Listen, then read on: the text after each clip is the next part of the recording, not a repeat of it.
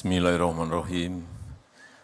Assalamualaikum warahmatullahi wabarakatuh. Selamat pagi, salam sejahtera bagi kita semuanya. Om Swastiastu, Namo Buddhaya, salam kebajikan.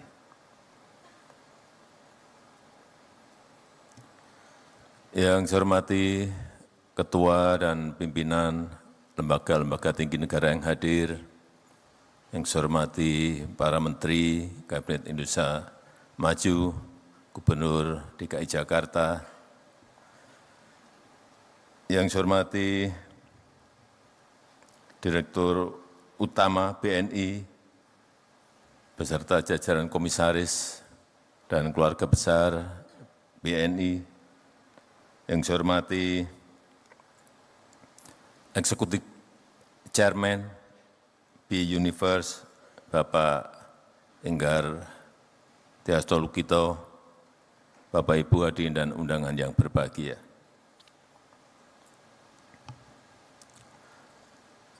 Dua 12 hari lagi transisi kepemimpinan nasional akan terjadi.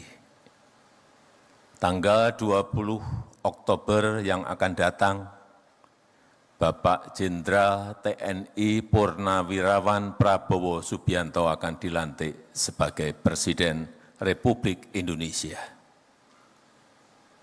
Yang saya senang, sejak beliau terpilih sebagai Presiden terpilih,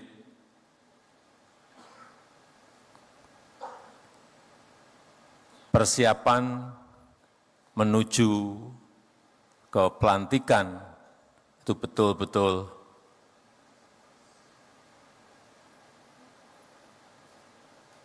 secara rencana kerja, program, dan lain-lain, transisinya berjalan dengan baik. Hampir di setiap rapat paripurna, rapat terbatas apapun topiknya, Pak Prabowo selalu hadir. Kalau sebelumnya hanya untuk urusan pertahanan, tapi setelah menjadi presiden terpilih, di semua rapat terbatas, rapat paripurna selalu hadir, sehingga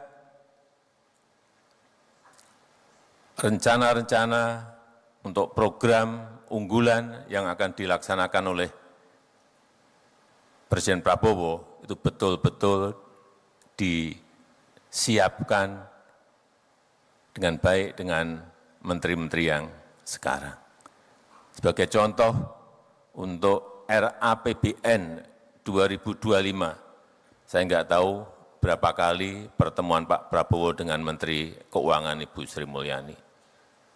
Hampir setiap minggu, hampir setiap hari bertemu untuk mempersiapkan itu.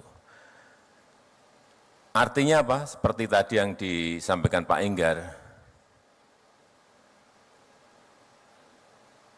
transisi kepemimpinan ini akan berjalan dengan lancar, insya Allah mulus, sehingga setelah dilantik, Presiden dan seluruh kabinet langsung bisa bekerja dengan cepat melaksanakan program-program yang ada, tanpa ada jeda. Saya 2014 butuh waktu 1 sampai 1,5 tahun untuk mengkonsolidasi. Artinya 1 sampai 1,5 tahun waktu kita hilang. Karena itu saya sangat senang sekali proses transisi kepemerintahan ini kita harapkan yang tinggal 12 hari berjalan dengan baik dan berjalan dengan mulus. Karena transisi kepemerintahan yang berjalan dengan baik dan mulus itu penting untuk menjaga optimisme kita semuanya. Untuk menjaga stabilitas, baik itu politik maupun ekonomi. Tapi meskipun sekarang ini, kalau cerita mengenai optimisme itu nggak ada yang tepuk tangan. Tapi kalau yang disampaikan itu mengenai pesimisme, tepuk tangannya banyak banget. Panggung kita memang masih seperti itu. Begitu kita berbicara optimisme, nggak ada yang tepuk tangan. Tetapi kalau kita menyampaikan pesimisme, negativisme, tepuk tangannya kencang banget. Dan baru laku sekarang ini.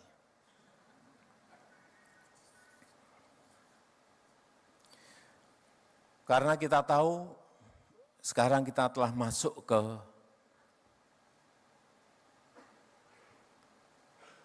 abad Asia. Pergeseran dari barat menuju ke Asia. Growth pertumbuhan ekonomi juga bergeser semuanya ke Asia. Dan diprediksi, diperkirakan di Asia nanti akan ada 3 kekuatan ekonomi baru. Superpower ekonomi, 3 negara yang diperkirakan. India, China, dan Indonesia.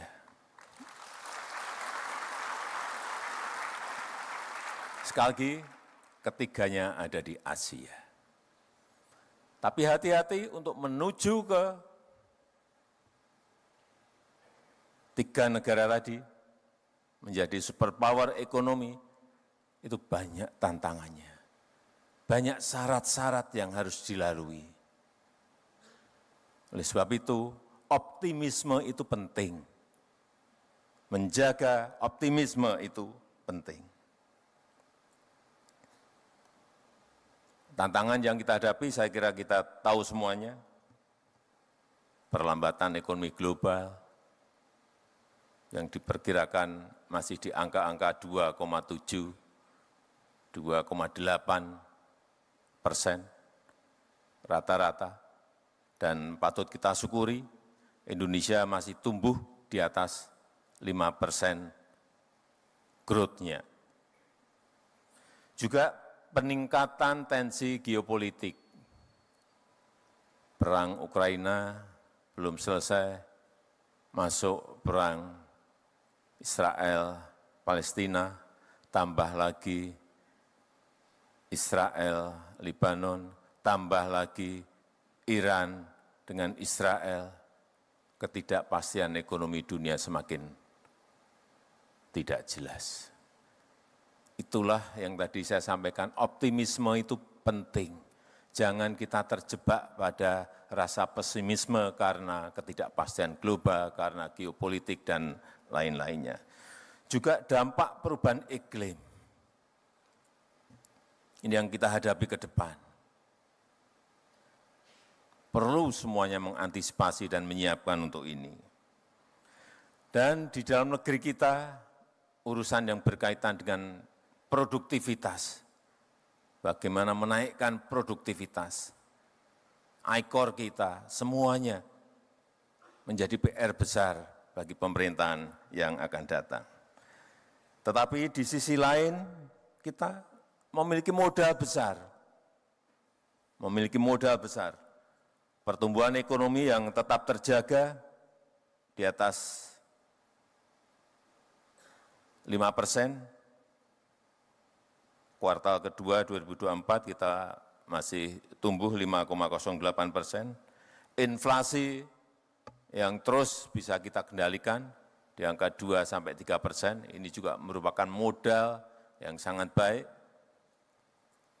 Keyakinan konsumen, saya tadi pagi mendapatkan angka tetap di level optimis di 124,4. Kemudian juga spending index kita trennya meningkat.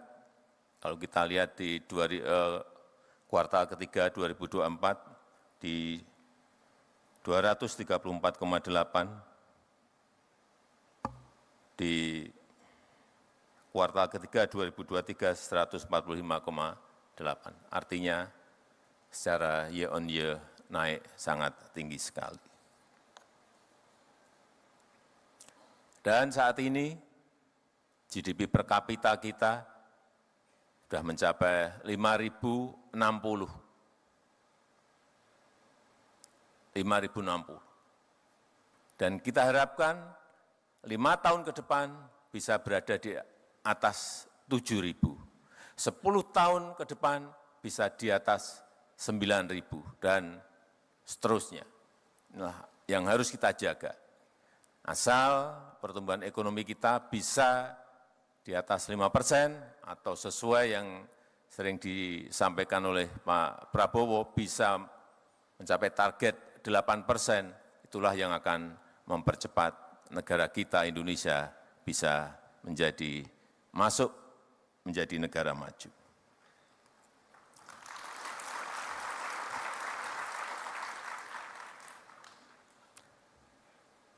Menurut saya, ini bolak-balik saya sampaikan, yang pertama, hilirisasi itu menjadi sangat penting. Nilai tambah itu sangat penting. Tetapi yang kedua juga digitalisasi juga menjadi hal yang sangat penting. Satu, hilirisasi, yang kedua digitalisasi. Digitalisasi yang namanya data center itu menjadi wajib segera kita miliki. Yang kedua, data analitik yang akan bisa kita menganalisa angka-angka dan lain-lain secara cepat. Juga yang berkaitan dengan digital infrastructure. Infrastruktur digital ini sangat penting sekali. Dan yang berkaitan dengan digital payment system. Ini namanya perbankan, saya kira sudah masuk ke sana semuanya. Saya ingin cerita lagi mengenai hilirisasi. Nikel saya sudah sering berbicara. Tapi perkembangan sampai saat ini saya senang karena dari nikel ore ke nikel pig iron, kemudian masuk ke nikel matte dan stainless steel itu sudah kejadian. Jadi sendok, panci, pipa, dan lain-lain.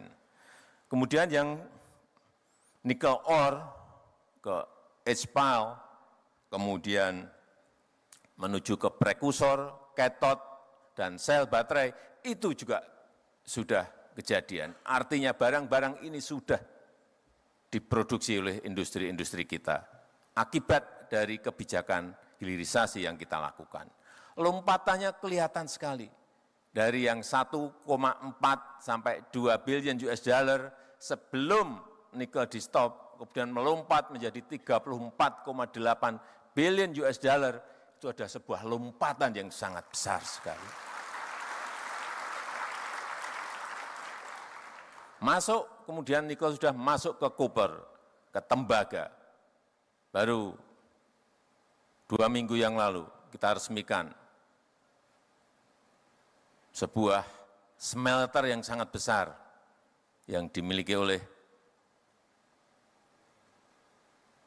PT Aman di Sumbawa yang bisa memproduksi kira-kira 900.000 ton konsentrat tembaga. Setelah itu juga dibuka lagi smelter milik PT Freeport Indonesia yang bisa memproduksi 3 juta konsentrat tembaga. Saya kadang-kadang membayangkan 3 juta konsentrat tembaga.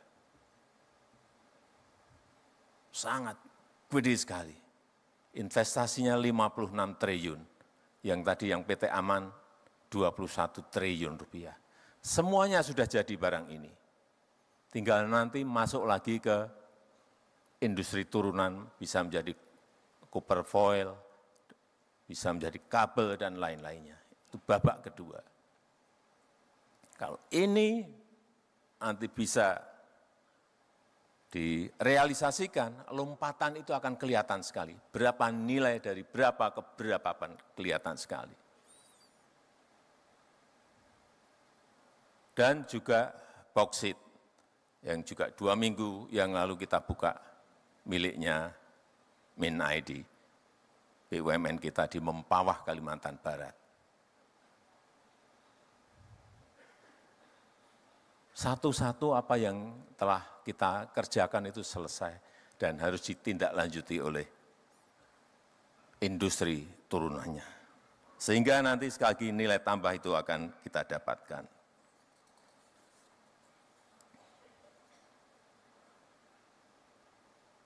Nikel sudah, tembaga sudah, bauksit sudah, nanti masuk ke timah dan lain-lain. Dan yang saya senang nanti kalau PT Freeport ini berproduksi akan kelihatan setahun kita akan mendapatkan tembaganya berapa ton, emasnya berapa ton, menjadi kelihatan semuanya.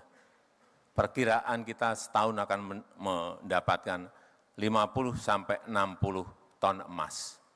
Yang sebelumnya lebih dari 50 tahun, karena kita belum ambil alih PT Freeport, emasnya itu larinya kemana kita nggak tahu.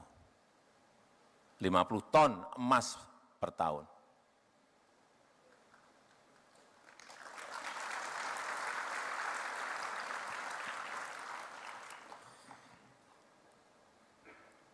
Karena penduduk kita sangat besar, menurut saya hilirisasi yang berbau padat karya ini harus didorong.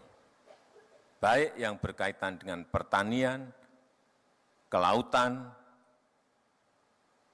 pangan, semuanya harus didorong agar nilai tambah itu terjadi. Kopi, jangan diekspor mentahan, raw material.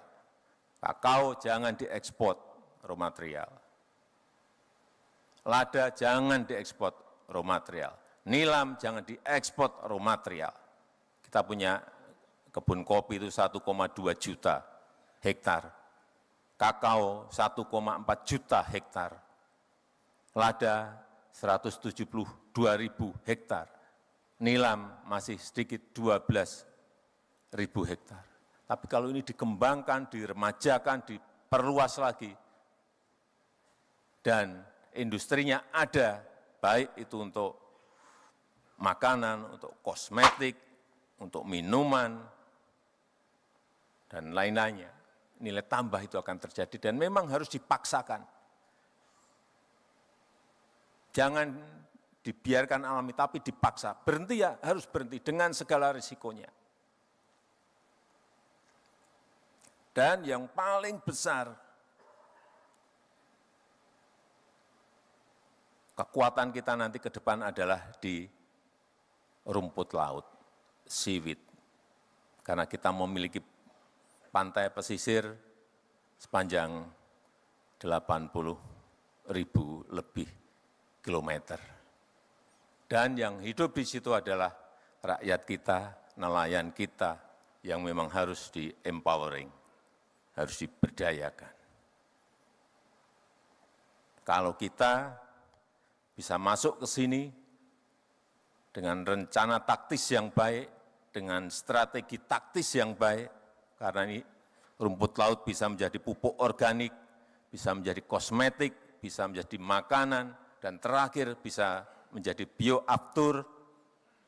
Ini akan memberikan dampak kepada rakyat sangat besar dan menaikkan nilai tambah kita, sehingga betul-betul nilai angka-angka yang ingin kita capai seperti tadi yang disampaikan, betul-betul akan bisa kita peroleh. Dan negara kita Indonesia harus berani menempuh jalan kita sendiri. Kita harus berani menempuh jalan kita sendiri. Jangan mengikuti tren dunia yang kadang-kadang menggeret kita masuk ke kompetisi yang kita sulit karena kita punya core kompetensi sendiri. Kekuatan kita sendiri apa? Kalau kita fokus, komplit dengan rencana taktis, komplit dengan strategi taktis kita, saya meyakini tadi yang di depan saya sampaikan, abad Asia dan kita menjadi superpower itu betul-betul bisa kejadian. Saya rasa itu yang ingin saya sampaikan, dan dengan mengucap Bismillahirrahmanirrahim pada pagi hari ini, secara resmi saya buka BNI Investor Daily Summit 2024. Terima kasih. Wassalamualaikum warahmatullahi wabarakatuh.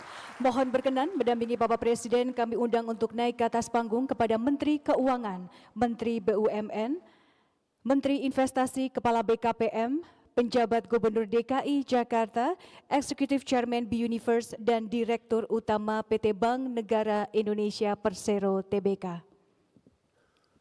Selanjutnya, mohon berkenan kepada Bapak Presiden untuk bersiap menekan kubus digital.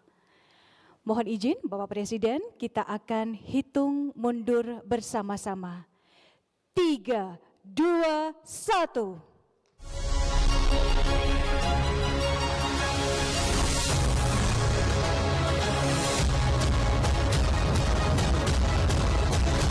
Hadirin sekalian, dengan demikian BNI Investor Daily Summit 2024 telah resmi dibuka oleh Presiden Republik Indonesia. Sekali lagi kita berikan tepuk tangan yang meriah.